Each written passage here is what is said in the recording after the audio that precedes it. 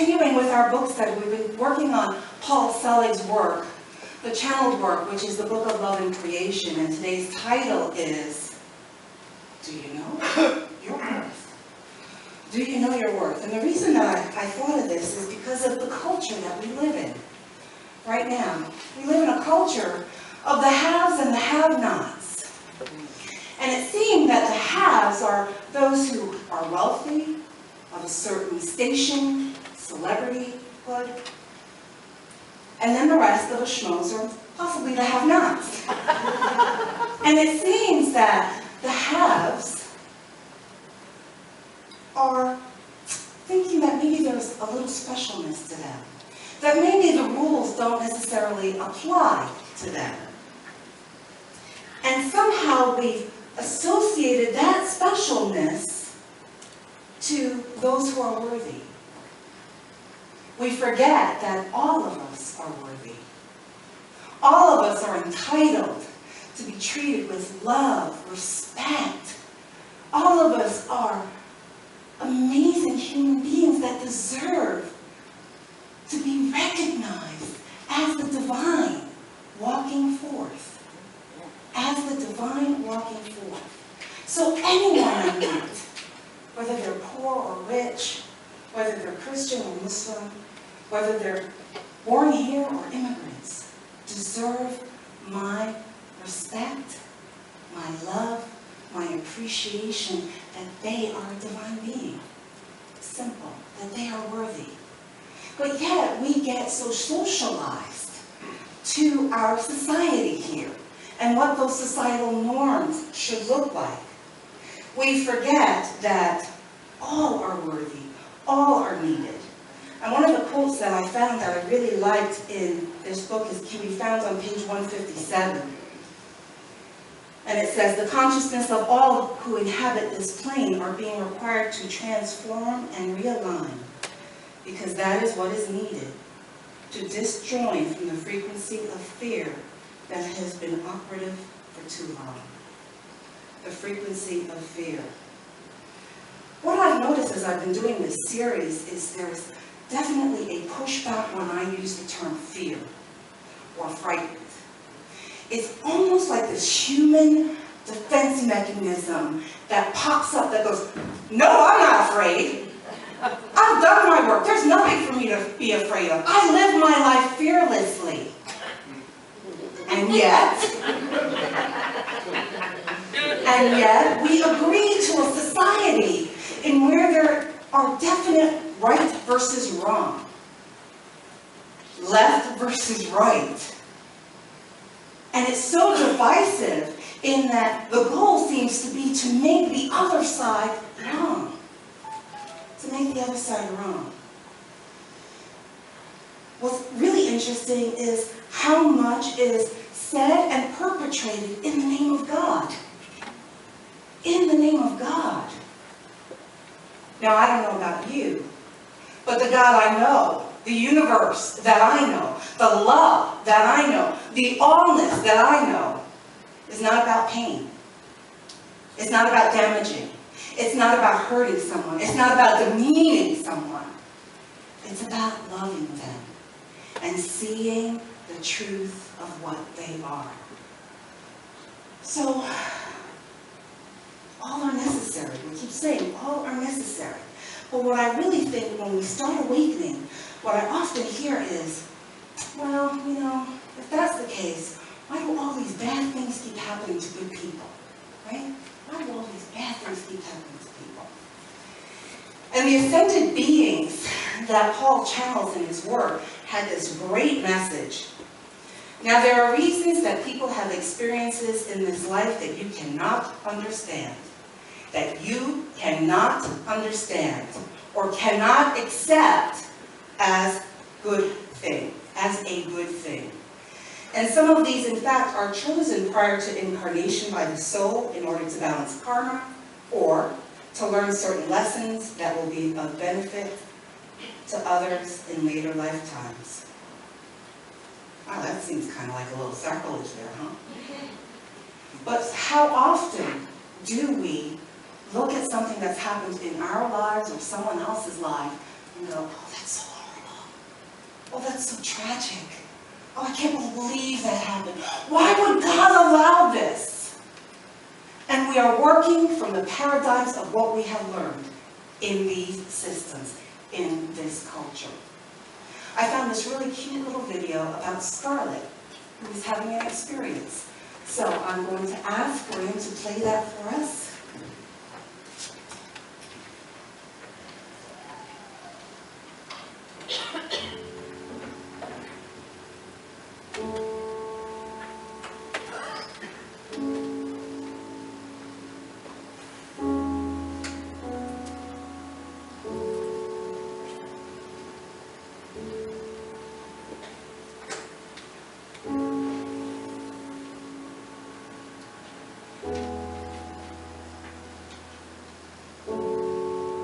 Hold my breath, hush my head, count my steps. I need this more than ever.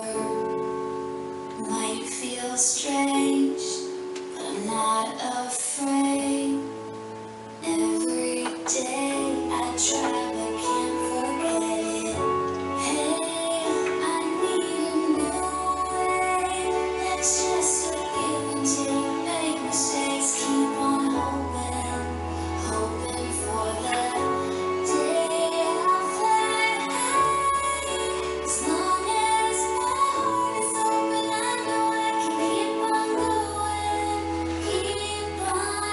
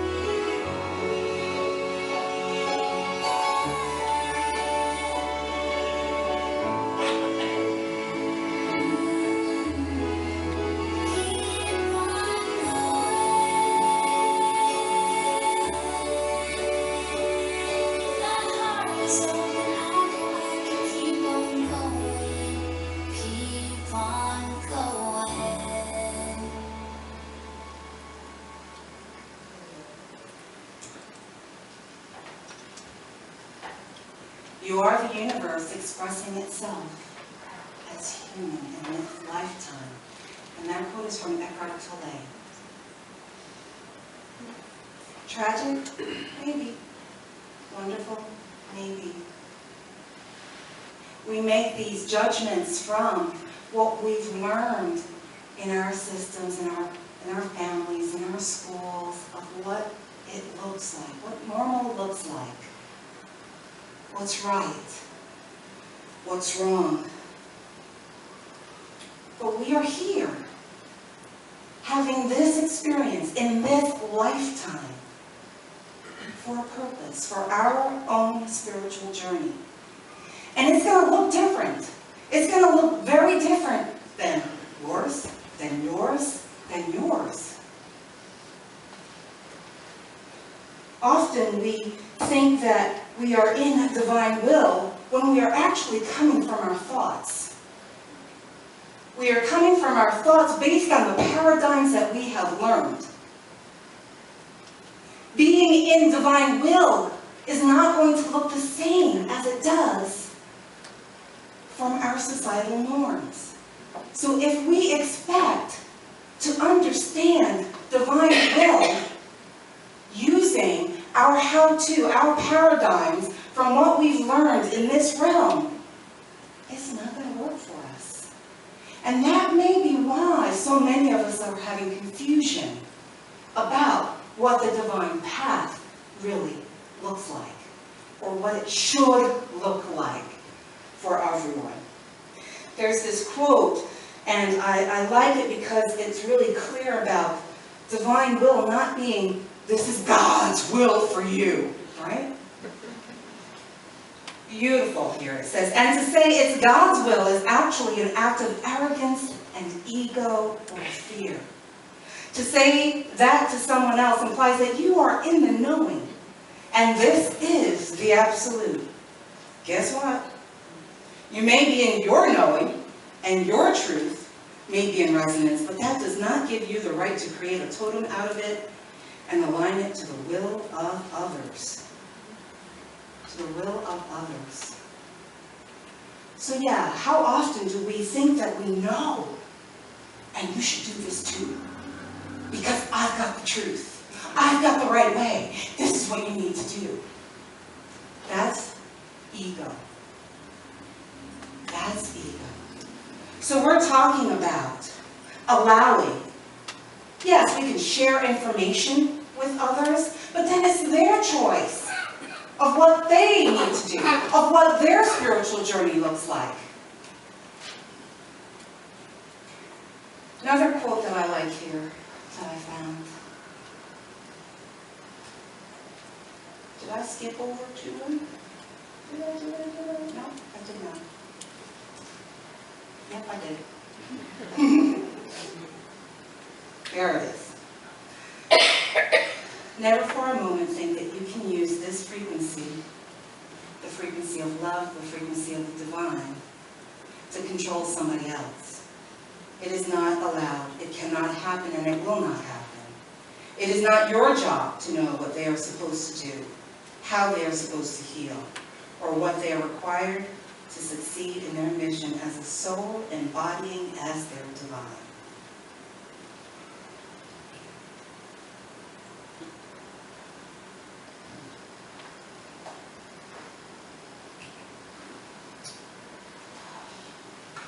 How many of you have these little mirrors? Well, all right, guys, I know you don't have yours might look a little different. Well, we look in the mirror, you know, we check ourselves out. Oh my God, there's gray hair there. How did so much gray hair come in? You know, my nose is just a little too big. It's just too big for my face. And I'm hoping I'm not going to need to, like, do a little tucking action. You know? Or we do the opposite. I'm just freaking fabulous. Look at that. That's perfection. Right? And we believe that this represents who we are. That this is our worth. We believe this. As opposed to, this is what we've been told by other people. This is someone else's reality. From the time that we're little. You know, sure, you'd be so much prettier if you just lose some weight. Oh, you are just gorgeous. Your blonde hair and blue eyes, you're stunning. Someone else's reality stamps on us, and we believe that that's our truth. We believe that that defines our worth. That's insanity, my friends. That is insanity. You are all beautiful and divine in your own right, in your own path, in your own journey, in your own knowing. And it's time. It's time for us to step into that knowing and release that collective consciousness that has been driving us for so long. So there's this treatment, it's an attunement, and this is about relieving ourselves from collective thought, and it's in the book.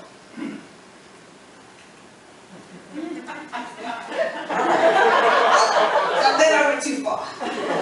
All right. If you feel comfortable saying it, please do. If you don't feel comfortable saying it, you do not have to. I am going to start with I am word now. Okay?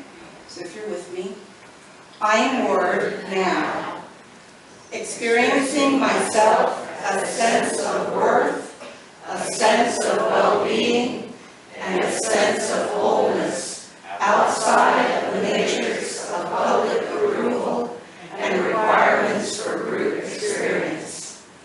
I am now moving myself beyond those limitations prescribed to me in identity by any and all external authorities that I may have accepted, gone into agreement with,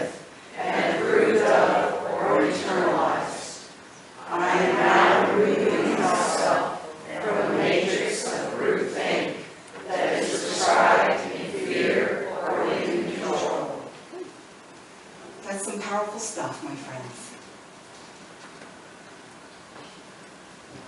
So you know what your homework is this week? If you feel moved to. This is on page 180 in the book. I will also send it out to you so that you'll have access to it. But try this once a day for the week. Let me know how that shifts you, because it is time. It is time for us to unplug from those low frequencies and shift into the truth of who we are. We are divine. We are love. We are powerful. And we have the capacity to create a world that is going to work for everyone. And so it is. Amen.